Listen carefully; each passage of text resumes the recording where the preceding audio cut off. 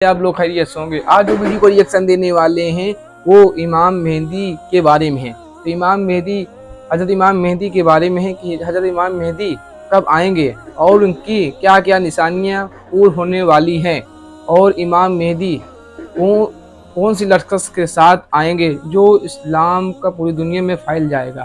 آئیے ہم دیکھتے ہیں ویڈیو کو لاسٹ تک۔ کے تعلق سے ایک بڑا بنیادی سوال یہ ہے کہ حضرت مہدی علیہ السلام کے آنے کی نشانیاں کیا کیا ہے۔ تو یہ ویڈیو آپ پورا ضرور دیکھنا جس سے آپ کو یہ معلوم ہو کہ حضرت مہدی علیہ السلام کب آنے والے ہیں۔ سب سے پہلے ایک حدیث ہم آپ کو بتاتے ہیں۔ عبداللہ ابن مسعود رضی اللہ تعالیٰ عنہ فرماتے ہیں کہ پیارے آقا صلی اللہ تعالیٰ علیہ وسلم نے ارشاد فرمایا، قیامت اس وقت تک قائم نہیں ہوگی جب تک میرے گھر والوں میں سے، میرے اہل بیت میں سے ایک شخص عرب کا بادشاہ نہ بن جائے، یعنی اس کی بادشاہت عرب پر قائم نہ ہو جائے۔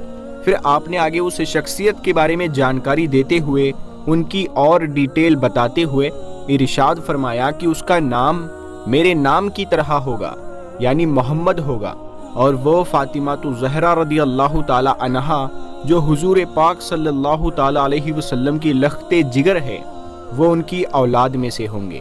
اب دوستو آگے میں امام مہدی علیہ السلام کے آنے سے پہلے جو نشانیاں ظاہر ہونے والی ہے میں اس کا ذکر کروں گا۔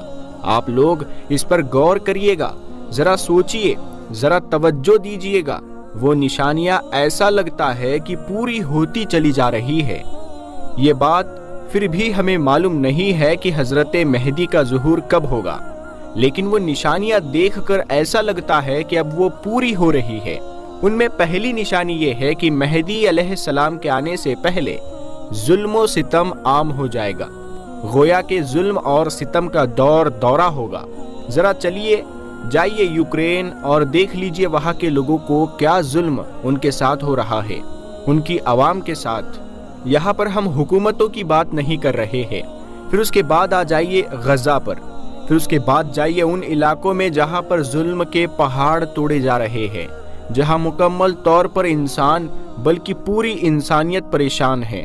تو یہ ظلم ساری دنیا کے اندر عام ہو گیا ہے۔ نمبر 2، زلزلے آئیں گے۔ پہلے آپ نے دیکھا ہوگا کہ زلزلے جو آتے تھے وہ کبھی آ گئے یا پھر سال بعد پھر کبھی آ گئے، لیکن اب آپ دیکھیے کہ اب زلزلے کثرت کے ساتھ لگاتار آ رہے ہیں۔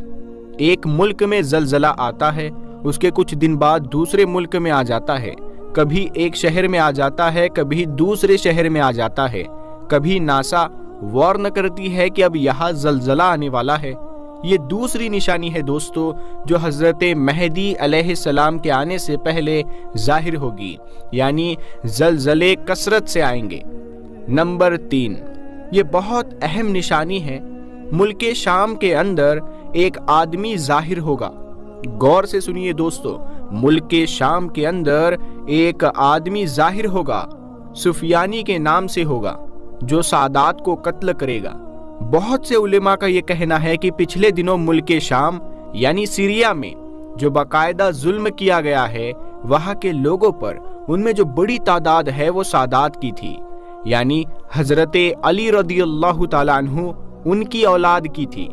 ان کی نسل کشی کی گئی، ان کو قتل کیا گیا، اور بہت سے لوگوں کا تبھی ایسا ماننا ہے کہ وہاں کا جو حکمران ہے بشر الاسد، اسی کو سفیانی کہا جاتا ہے۔ لیکن یہ بات سچ ہو یہ ضروری نہیں ہے، بہت سے لوگوں نے اس طرح کی رائے کا صرف اظہار کیا ہے۔ ہم اس سلسلے میں زیادہ تو کچھ نہیں کہیں گے، البتہ یہ ایک نشانی ہو سکتی ہے، شاید سفیانی کوئی اور ہو جو بعد میں آ جائے، ہو سکتا ہے۔ نمبر 4، چوتھی نشانی یہ ہوگی کہ جس سال حضرت مہدی کا ظہور ہوگا اس سال چاند اور سورج پر گرہن لگ چکا ہوگا، یعنی چاند پر بھی گرہن ہوگا اور سورج پہ بھی گرہن ہوگا، یعنی چاند گرہن اور سورج گرہن دونوں آگے پیچھے واقع ہوں گے۔ یہ ان کی نکلنے کی چوتھی نشانی ہوگی۔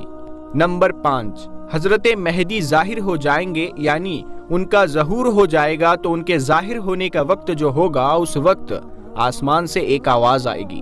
یہ بہت بڑی نشانی اسی لیے ہوگی کیونکہ یہ اعلان ہوگا پوری دنیا کے لیے، پوری انسانیت کے لیے،